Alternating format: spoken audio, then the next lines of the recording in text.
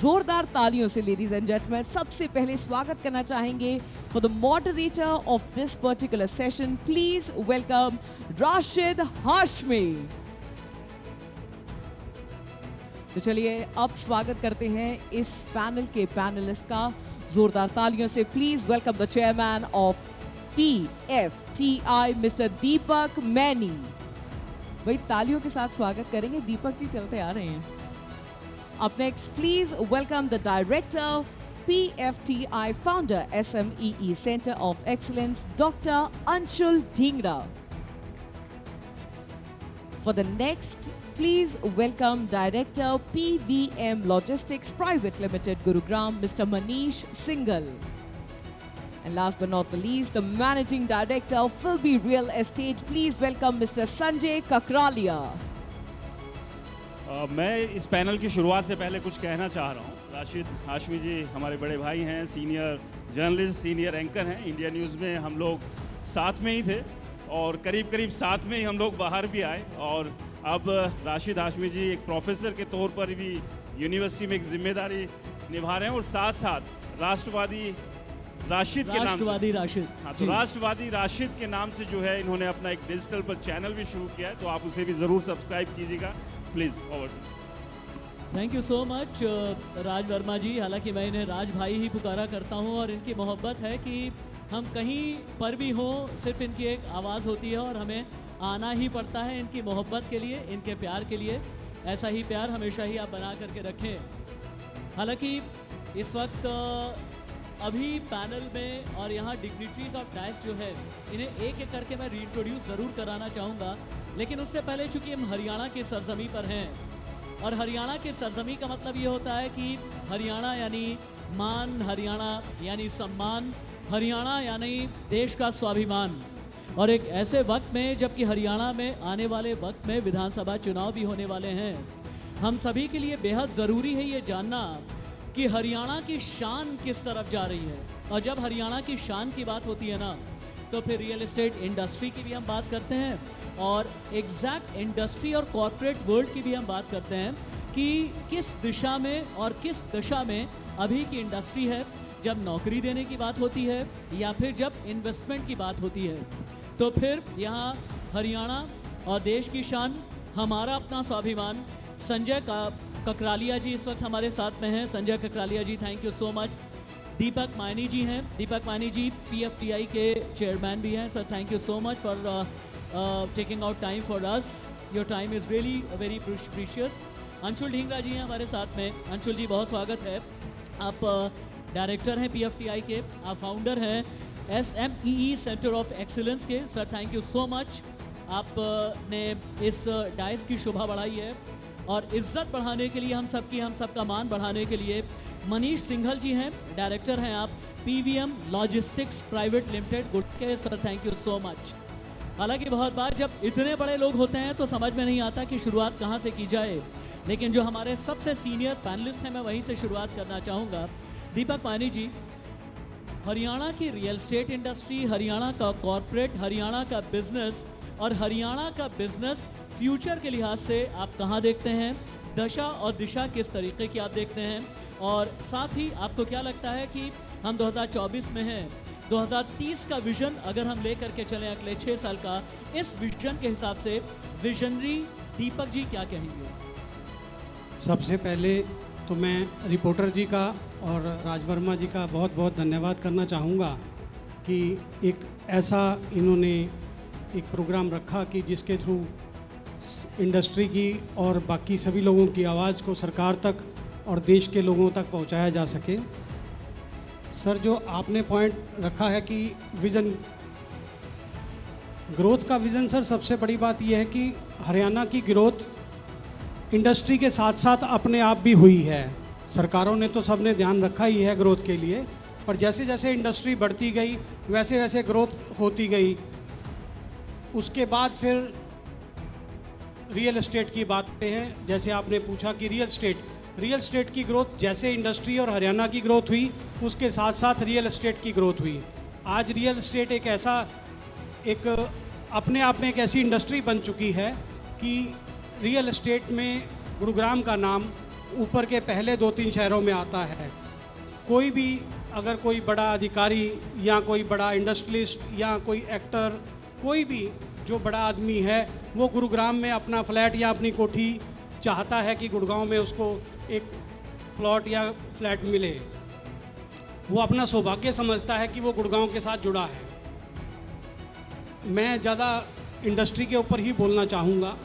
आने वाले समय में रियल एस्टेट और इंडस्ट्री दोनों के लिए बहुत अच्छा समय है गुड़गांव में। इवन हरियाणा आसपास, गुड़गांव के एनसीआर के आसपास जो भी एरियाज़ हरियाणा को टच करते हैं, सब में बहुत ही अच्छा समय है। अच्छा प्रॉपर्टी में भी बूम आएगा और इंडस्ट्री के काम में भी अच्छा बूम आएगा, क्योंकि पूरी दुनिया आज की डेट में भारत की तरफ देख रही है। और भारत जिस लेवल पे भारत हर साल तरक्की कर रहा है, आप जीडीपी देखिए, दुनिया में आज की डेट में पूरी दुनिया में युद्ध के बादल छाए हुए हैं। पूरे भारत में कहीं भी युद्ध की कोई बातचीत नहीं है। आप देख सकते हैं मिडल ईस्ट में, रशिया में, चाइना, ताइवान का युद्ध की है, कोरिया, दोनों आपस में लड़ने के लिए तैयार हैं, चाइना और जापान लड़ने के लिए तैयार हैं। पर भारत ही एक ऐसा देश है जो बिल्कुल शांत है, बिजनेस के हिसाब से भी, रहने के हिसाब से भी।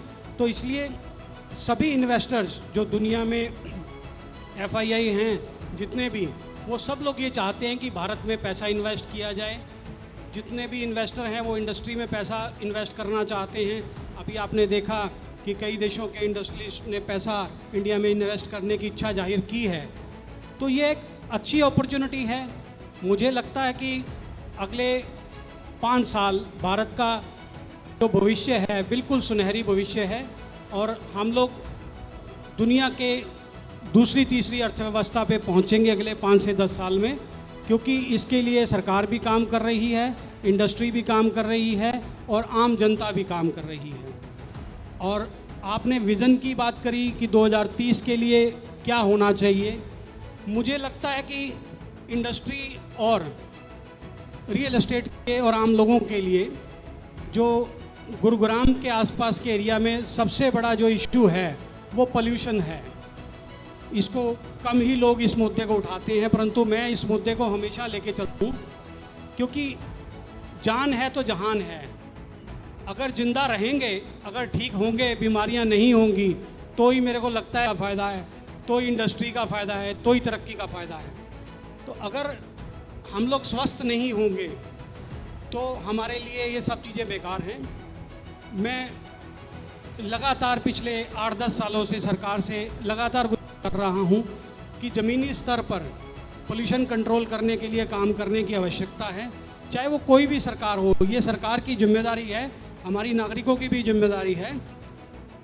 आप देखें कि जगह जगह फुटपाथ टूटे हुए हैं, सड़कों पर मिट्टी है। मैं इसमें अकेला सरकार को दोष नहीं देना चाहूँगा, इसमें हम लोगों का भी दोष है।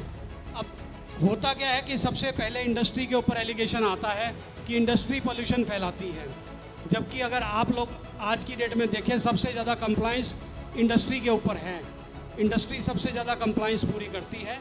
और इंडस्ट्री, अब वो टाइम नहीं है कि वो पुरानी धुआं चिमनियाँ चल रही हैं, धुआं निकल रहा है, उसको इंडस्ट्री बोलते हैं। आज की डेट में इंडस्ट्री, आपने देखा होगा, बढ़िया बढ़िया ऑफिस बने हुए हैं, घरों से ज़्यादा अच्छे इंडस्ट्री की बिल्डिंग्स हैं।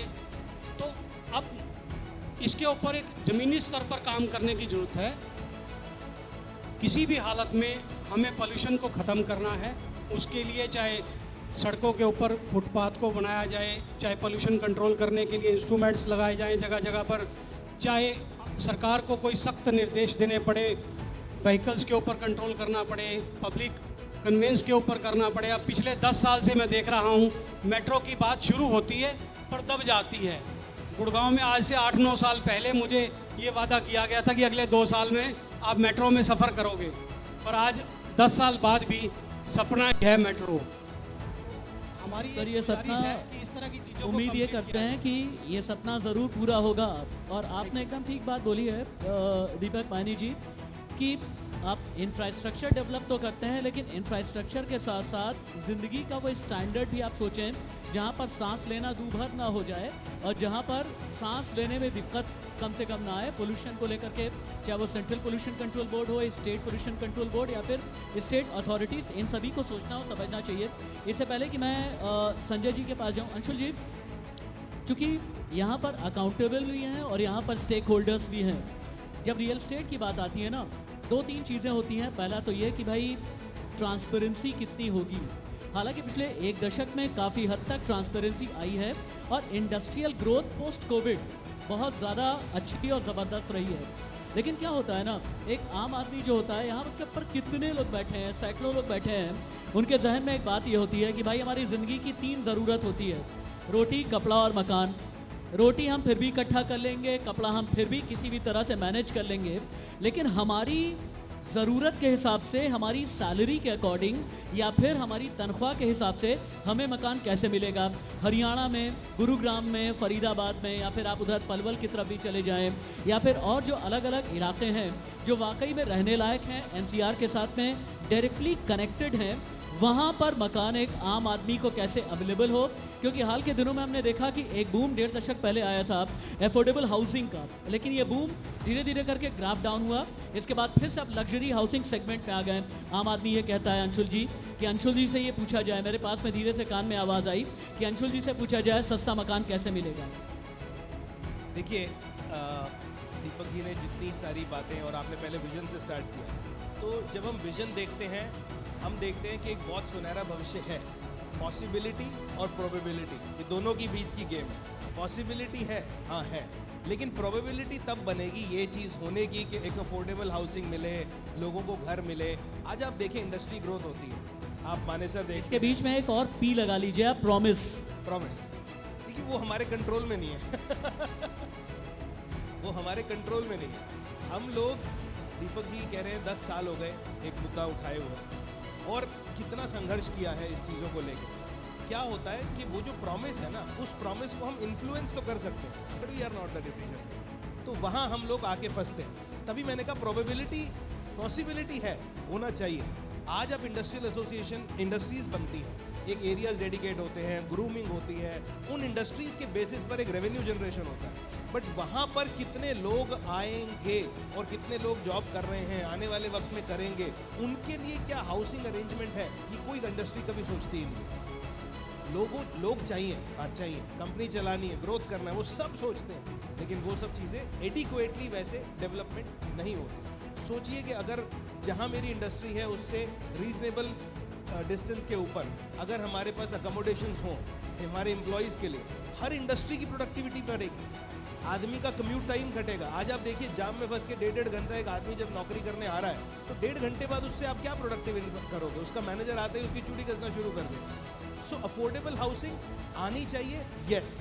पॉसिबिलिटी है, यस, लेकिन प्रोबेबिलिटी बहुत सारे समीकरण हैं जिनको साथ मिलकर लेना पड़ेगा। सरकारी तौर पर बातें हैं, वादे हैं, लेकिन अगर आप इंडस्ट्री के पॉइंट ऑफ व्यू से देखें, रियल एस्टेट हो या जनरल इंडस्ट्री हो, आज इंडस्ट्री के अंदर लोग पॉसिबिलिटी से तो खुश है कि ग्रोथ है, पूरे वर्ल्ड में हमारा एक विजन है, लेकिन जो मैनी जी ने दूसरी बात की, कंप्लायंसेस के पॉइंट ऑफ व्यू से आज भी दुर्भाग्यपूर्ण है। इंडस्ट्री हो किसी भी तरीके की, उसको चोर की नज़र से ही देखा जाए।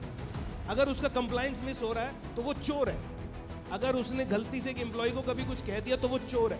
तो हर तरीके से उसको एक नकारात्मक दृष्टि से कई बार देखा जाता है। वो सरकारी तरीके से, ब्यूरोक्रेसी के पॉइंट ऑफ व्यू से वो सोच को बदलना बड़ा ज़रूरी है। जो रेवेन्यू जनरेट कर रहा है, जो टैक्स दे रहा है एक लेवल तक, उसको उसका सम्मान मिलना चाहिए। दूसरा, आप सड़क दे नहीं पा रहे हो, आप उसको इंफ्रास्ट्रक्चर सही तरीके से अभी मुहैया करा नहीं पा रहे हो, गंदगी में वो जीने पे मजबूर है, पर मजबूरी है क्योंकि बिजनेस करना है। तो एक बिजनेस ओनर से मजाक में किसी ने पूछा कि आपके जीवन की सबसे बड़ी गलती क्या है, तो उन्होंने प्यार से बोला कि उस दिन जिस दिन मैंने धंधा करना शुरू किया, बिजनेस शुरू किया, वही मेरी सबसे बड़ी गलती थी। उसके बाद तो जो होता आ रहा है वो कंपाउंड ही है। तो इसलिए प्रोबेबिलिटी जरूर है, लेकिन नियत चाहिए। अंशुल जी बहुत दर्द में हैं और अंशुल जी का दर्द ये भीड़ भी समझने की कोशिश करे। अंशुल जी का ये कहना है कि पैसे तो हम फिर भी किसी भी तरह से कमा लेंगे, लेकिन अभी दर्द कोई तो सुन ले साहब, है ना अंशुल जी? ये कहना चाहते हैं कि कभी कॉम्प्लायंस के नाम पर हम पर हथौड़ा चला दिया जाता है, कभी नियम कायदे कानून के नाम पर हमारे ऊपर हथौड़ा चला दिया जाता है, और हमसे एक्सपेक्टेशन ये होती है कि हम समाज के सबसे बड़े स्टेक होल्डर बन जाएं और समाज के लिए सिर्फ जो करना है हम ही करें, क्योंकि हमें इंडस्ट्रियलिस्ट कहा जाता है, कॉर्पोरेट्स कहा जाता है और हमें सेक्टर में डिवाइड कर दिया जाता है। और एक क्या- छोटा सा बस हाँ, पॉइंट जी, ऐड करूंगा। जी। आप देखिए सुबह से बहुत पॉलिटिकल लोग भी यहाँ आते हैं और भी लोग आते हैं, क्या बोलते हैं? पीपीपी मॉडल पे वर्किंग होनी चाहिए, पब्लिक पार्टनरशिप। हम वो Public चाहते private हैं कि partnership, हम वो जी। चाहते हैं कि एनजीओ सामने आए, कॉर्पोरेट वर्ल्ड सामने आए और सपोर्ट। बट मैं सपोर्ट ही करता रहूंगा क्या सारी उम्र? मुझे भी सपोर्ट की नजर से देखो। इंडस्ट्री जो रेवेन्यू दे रही है उसको भी तो देखो ना, वो आप नहीं देखते। पैसे की जरूरत है तो इंडस्ट्री है, रेवेन्यू चाहिए तो इंडस्ट्री है, एम्प्लॉयमेंट चाहिए तो इंडस्ट्री है, लेकिन इंडस्ट्री को क्या चाहिए वो कौन पूछने आया हमारे पास? ये एक बड़ी इंपॉर्टेंट बात संजय जी, अंशुल जी कह रहे हैं कि भाई हमारे पास अपनी ज़रूरत लेकर के तो आप आ जाते हैं, अलग अलग सेक्शन आ जाते हैं, अलग अलग फैक्शन आ जाते हैं, लेकिन हमारी अपनी नेसेसिटी पूरी नहीं हो रही है। मैं अलग अलग सेक्टर के साथ साथ मेरी रियल एस्टेट को अभी लेकर के चल रहा हूँ, क्योंकि रियल एस्टेट एक ऐसा सेक्टर है जो एंड यूज़र के लिए भी काम करता है, जो नौकरी देने के लिए भी काम करता है, जो बिजनेस मॉडल पर भी काम करता है, यानी उसके अलग अलग डायमेंशंस हैं और अंशुल जी इसके बारे में जिक्र कर भी चुके हैं। लेकिन क्या वाकई में इंडस्ट्री की जो ज़रूरत है वो ज़रूरत पूरी नहीं हो रही है? क्योंकि पिछले 8-10 साल में आप हरियाणा को ले लें, पूरे भारत को ले लें, इंडस्ट्री के लिहाज से बहुत विजनरी गवर्नमेंट कही जाती है। ये जाता है कि इंडस्ट्री में संकल्प लिए जाते हैं, वो भी बिन विकल्प। आज की तारीख में ट्रांसपेरेंसी हो गई है, अब टेबल के नीचे मत ढूंढिए, टेबल के ऊपर ही जो मिलना होता है मिल जाता है। लेकिन क्या वाकई में थोड़ा है, थोड़े की ज़रूरत है अभी भी? देखिए, पिछले 10 साल में जो ग्रोथ भारत को मिली है, मेरे को नहीं लगता कि पूरी दुनिया में इतनी ग्रोथ, और मेरी बात से अंशुल जी भी और दीपक जी भी वाकिफ होंगे कि इतनी ग्रोथ पूरे वर्ल्ड वाइड कहीं मिली है, और उसके पीछे बहुत बड़ा हाथ है real estate industry. Real estate एक ऐसी इंडस्ट्री है जो हर इंसान को कहीं ना कहीं किसी ना किसी रूप में छू के निकलती है। मैं एक एग्जांपल बताता हूँ। आपने कहा रोटी कपड़ा और मकान, तो रोटी कपड़ा सब अरेंज कर ही लेते हैं, दिक्कत आती है मकान की, और मकान वो पहली सीढ़ी है जहाँ से ये पता लगता है कि आप किस तरीके के शहर और किस तरीके के देश में रह रहे हैं, आपका इंफ्रास्ट्रक्चर कितना स्ट्रॉन्ग है। देखिए, इस कड़ी में मैं बता दूं खास तौर पर गुड़गांव के बारे में। गुड़गांव एक ऐसा शहर है जहां आज 1.5 लाख रुपए में भी घर मिलता है, और यहाँ 100 करोड़ रुपए में भी घर मिलता है। तो अंशुल जी जो आपने जिसको कहा 1.5 लाख वाला तो- घर चाहिए, इस पैनल डिस्कशन के बाद जी, संजय जी बिल्कुल। को तुरंत ही थाम जी। लें। संजय जी का पीछा हमें नहीं छोड़ना है, और मैं तो रिपोर्टर जी का बहुत शुक्रिया अदा करूंगा कि उन्होंने जी। एक ऐसा स्टेज, एक ऐसा डायस दिया है, राज वर्मा भाई ने जी। और स्पेशली रिपोर्टर जी ने, कि जहां पर 1.5 लाख के घर का भी खुल्लम खुल्ला ऑफर यहां पर है। Thank you so much. बिल्कुल। आगे बढ़ाइए अपनी बात। ठीक है जी। देखिए, 1.5 लाख का मैंने घर कहा तो कहाँ कहा, ये सब गवर्नमेंट पॉलिसीज पर है और लोगों को अवेयरनेस जनरली नहीं हो पाती। गुड़गांव में सबसे पहला स्टेप होता है जहाँ अपार्टमेंट बनते हैं, उनके साथ एक बिल्डिंग बनती है EWS। उसकी फ्रीज कीमत है 1,20,000 रुपए गज। आप अपना जो भी उसके क्राइटेरिया है Economic पूरे vehicle कीजिए। section। Yes। और वो हर ग्रुप हाउसिंग में करीब 100 से 150 फ्लैट होते हैं। इट मीन्स गुड़गांव में EWS की तादाद नाना करते 80 से 90 हज़ार घर ऐसे हैं जो आपको वाकई में ही 1.5 लाख रुपए में ही मिलते हैं। और जिसको चाहिए ऑनलाइन फॉर्म निकलते हैं, आप भरिए, बिलीव मी 1.5 लाख रुपए घर मिलता है और 100 करोड़ रुपए में भी घर मिलता है। तो मैं अपनी बात से बिल्कुल पीछे नहीं हटता। सॉल्यूशन मेरे पास हर चीज़ का है। नेगेटिविटी हर चीज़ में निकलेगी, पॉजिटिविटी से बढ़ेंगे। तो गुड़गांव कितना ग्रोथ कर रहा है मैं अगले 5 मिनट में बताता हूँ। गुड़गांव अगर दिल्ली से कनेक्ट है, आज सबसे नज़दीक है, तो मैं तो कहूँगा ये सेंट्रल गवर्नमेंट की बदौलत है कि सबसे नज़दीक, यानी दिल्ली के अपने कस्बों से भी नज़दीक आज गुड़गांव है। अगर थ्रू द्वारका एक्सप्रेसवे आप आएंगे तो एयरपोर्ट से आप सिर्फ 15 मिनट में गुड़गांव पहुंच जाते हैं थ्रू द्वारका एक्सप्रेसवे, जिसके लिए 10,000 करोड़ की लागत और देश का पहला सिंगल पिलर एक्सप्रेसवे गुड़गांव को सौगात के रूप में भारत सरकार ने दिया है। दूसरा, बहुत ही जल्दी अंबार लग जाएगा यहाँ पर एम्प्लॉयमेंट का। और ये बच्चे मेरे सामने बैठे हैं, बच्चे खास तौर पर सुन लें, बच्चों थोड़ा बतियाना बंद करो, तुम्हारे काम की चीज़ है। ग्लोबल सिटी 1100 एकड़ में बहुत जल्दी लॉन्च हो जाएगी। उसमें इंटरनेशनल मल्टीनेशनल कंपनीज गुड़गांव में आपको यहाँ दिखाई देंगी। ग्लोबल सिटी का अगर मैं जिक्र करूँ, इसका कंपैरिजन करना है आपको, तो दुबई का बिजनेस बे देख लीजिएगा, वो 500 एकड़ में बना हुआ है, जो वर्ल्ड वाइड फेमस है। और 1100 एकड़ में ग्लोबल सिटी अब बहुत ही जल्दी यहाँ लॉन्च हो जाएगी। एक बहुत बड़ा सौगात गुड़गांव को मिलने वाला है। पूरे दिल्ली एनसीआर और पूरे भारतवर्ष में अगर कहीं पर पहली बार हेलीपोर्ट सर्विस होगी, यानी हेलीकॉप्टर से आपको यहाँ से नोएडा, जयपुर, आपको चंडीगढ़ जाना है, तो मैं गारंटी से कह सकता हूँ 30 एकड़ लैंड सेंट्रल गवर्नमेंट को सरेंडर हो गई है। वो अगले 1.5 से 2 साल में आप हेलीकॉप्टर लेंगे। जिस दिन आपको जल्दी हो हेलीकॉप्टर लेना, नोएडा पहुंचना, जयपुर पहुंचना, चंडीगढ़, आपको जाम में नहीं फंसना पड़ेगा। इसके अलावा इंडस्ट्रीज के लिए एक बहुत बड़ी खुशखबरी है। मानेसर हमारे यहाँ बहुत बड़ा इंडस्ट्रियल बेल्ट है, उसके साथ 3000 एकड़ में फेज 2 बहुत ही जल्दी लॉन्च होने वाला है IMT मानेसर के साथ। तो वर्ल्ड क्लास इंडस्ट्रीज के लिए इंफ्रा आपके लिए ऑलरेडी वहाँ तैयार है। KMP के साथ साथ इंडस्ट्री के लिए अच्छी न्यूज़ ये है कि ऑर्बिट रेल का काम स्टार्ट हो गया है, वो भी 2026 में बनके तैयार हो जाएगी। इट मीन्स आपका इंपोर्ट और एक्सपोर्ट थ्रू ईस्टर्न और वेस्टर्न डेडिकेटेड फ्रेट कॉरिडोर के थ्रू आप डायरेक्ट पोर्ट में और शहर के यानी दिल्ली NCR के किसी भी कोने में अपना माल अपनी फैक्ट्री से डायरेक्ट ट्रेन से पहुंचा सकते हो। ये बहुत बड़ी उपलब्धि होगी। अंशुल जी, आप वाकिफ होंगे इसी से। तो मेरा कहने का मतलब है कि इंडस्ट्री और रोजगार के लिए जितना काम और जितनी अच्छी अपॉर्चुनिटी गुड़गांव में है, मैं गारंटी के साथ कह सकता हूं देश के किसी शहर में इतना पोटेंशियल नहीं है। इसी वजह से मारुति ने हरियाणा में दोबारा रिपीट किया और खरखोदा में अपनी सबसे बड़ी इंडस्ट्री सेट कर ली है। तो आप लगाइए, हम किस तरफ रहे हैं। मैं संजय जी को बहुत साधुवाद देता हूँ। महाभारत के संजय भी बहुत दूरदर्शी थे। वो भी कई किलोमीटर तक, बहुत दूर तक, और कई बार तो दशकों से आगे भी देख लिया करते थे। उतनी ही दूरदर्शी बातें आपने की हैं। लेकिन जब रियलिस्टिक वर्ल्ड में आते हैं ना मनीष सिंघल जी, क्योंकि आप डायरेक्टर हैं PVM लॉजिस्टिक्स प्राइवेट लिमिटेड का, हालांकि इस एब्रीविएशन का मतलब मुझे नहीं पता, लेकिन अगर P में मैं प्रोग्रेसिव जोड़ दूं, V में मैं विक्टोरियस जोड़ दूं, M में मुझे क्या शायद मेरे ख्याल से मोटिवेशनल जोड़ देना चाहिए।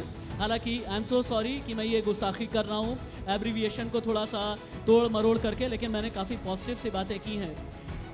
बातें हेलीकॉप्टर की हो गई, बातें हवाई जहाज़ की हो गई, बातें सैटेलाइट सिटी की हो गई, बातें 100 करोड़ के घर की हो गई, लेकिन अभी तक इंडस्ट्री और नौकरी की बात मेरी नहीं हो पाई है।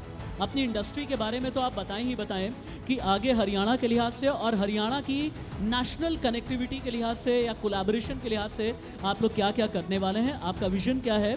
लेकिन साथ ही मुझे ये बताइएगा, एक आम आदमी के लिए हरियाणा में जो भी इंडस्ट्री सेटअप है, किसी भी सेक्टर की मैं बात कर रहा हूँ, आपके ओपिनियन में उसमें नौकरी कितने मिलेगी, अगर मिलेगी तो फिर वो ऑर्गेनाइज्ड होगी या फिर अनऑर्गेनाइज्ड होगी। नौकरी के लिहाज से इंडस्ट्री का कोलैबोरेशन और फ्यूचर आप क्या देखते हैं? सर, सबसे पहले मैं ये कहना चाहूँगा, हमारे मोदी जी ने जो नारा दिया था मेक इन इंडिया वाला, इट हैज़ बीन प्रूव्ड। अगर हम लोग देखें पिछले 10 से 15 सालों में तो इंडस्ट्री बहुत ग्रो की है। आज से 35 साल पहले मारुति आया था गुड़गांव में।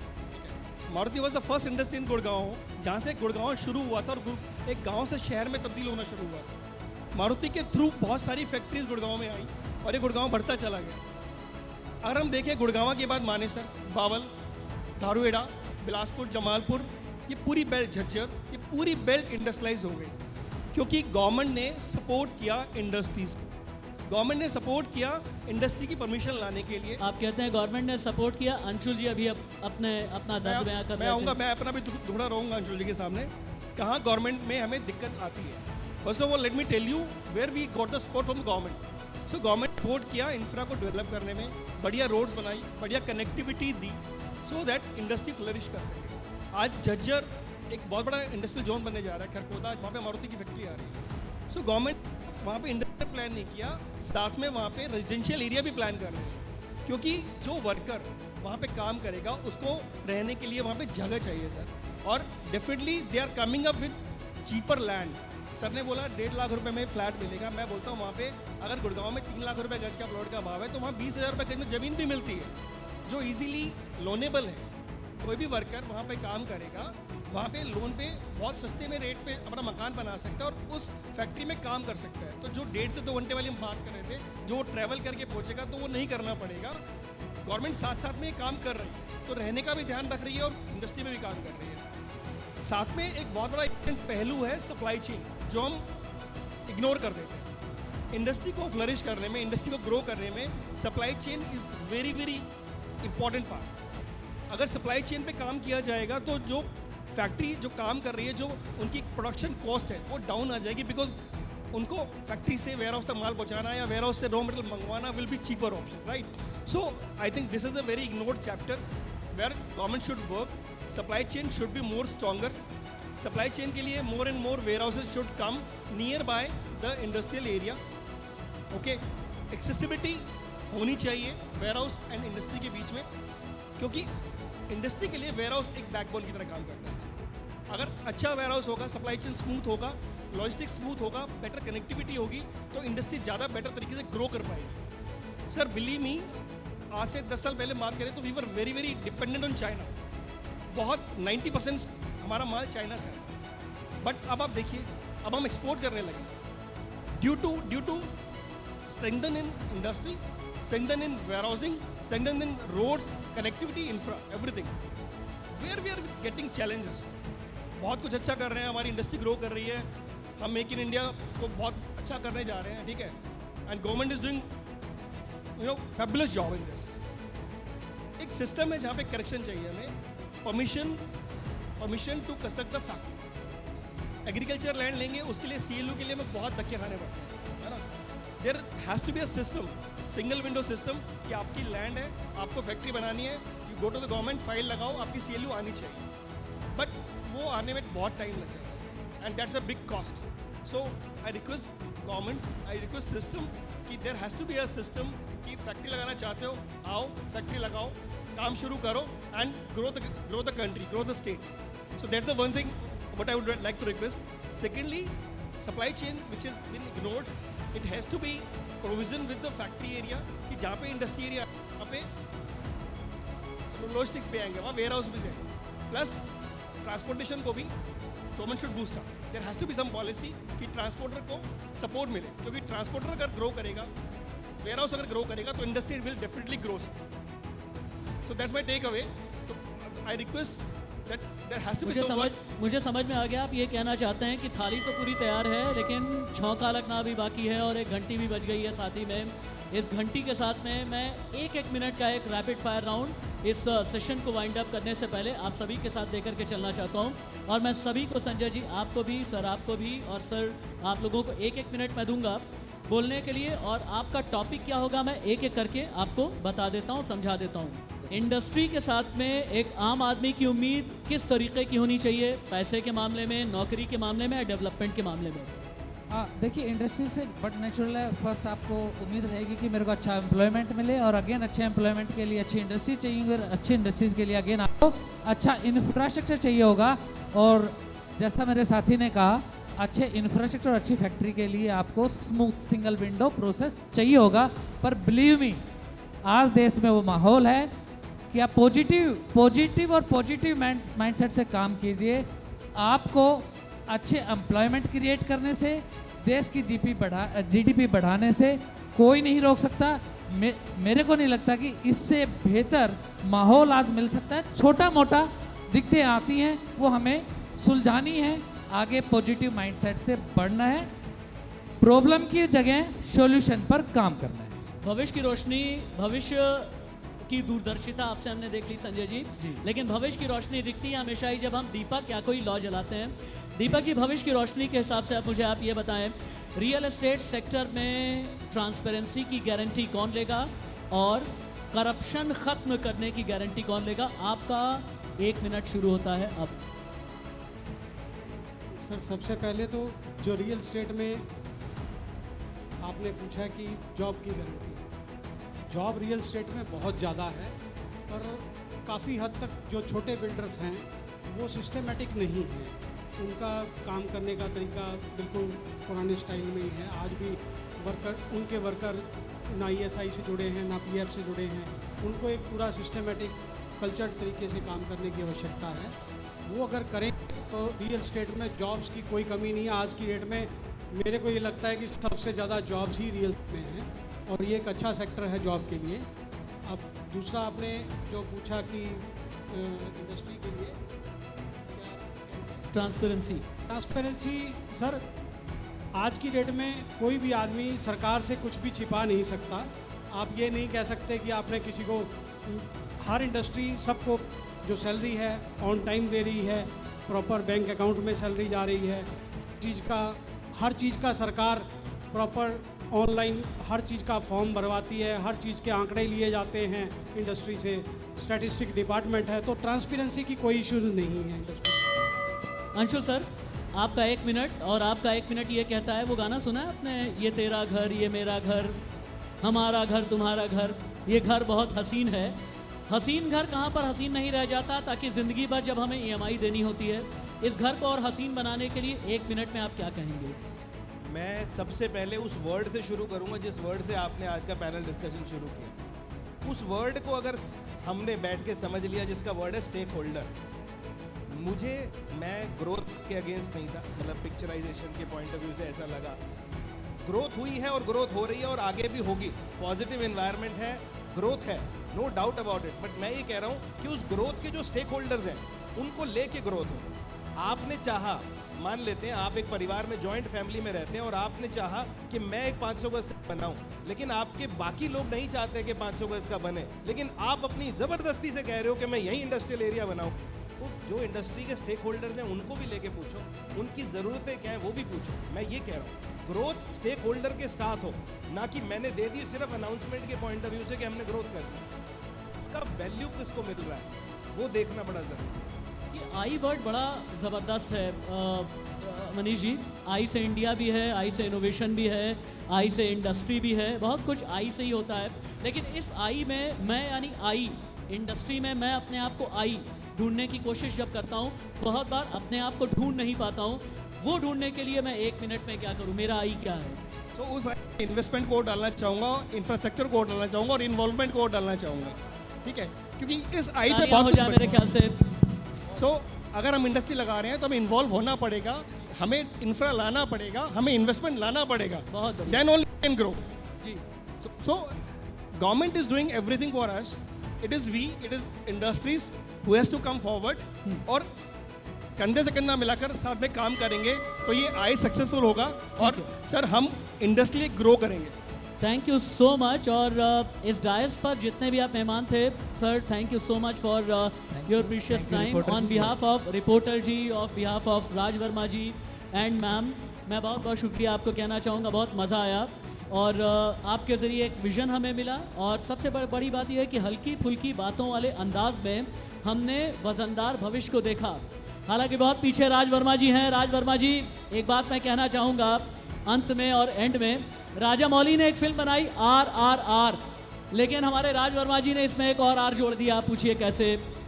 आर फॉर रिपोर्टर जी, R for Raj Verma ji, R for मैं यानी राशिद हाशमी, और आर फॉर मेरा अपना वेंचर, डिजिटल वेंचर राशिद।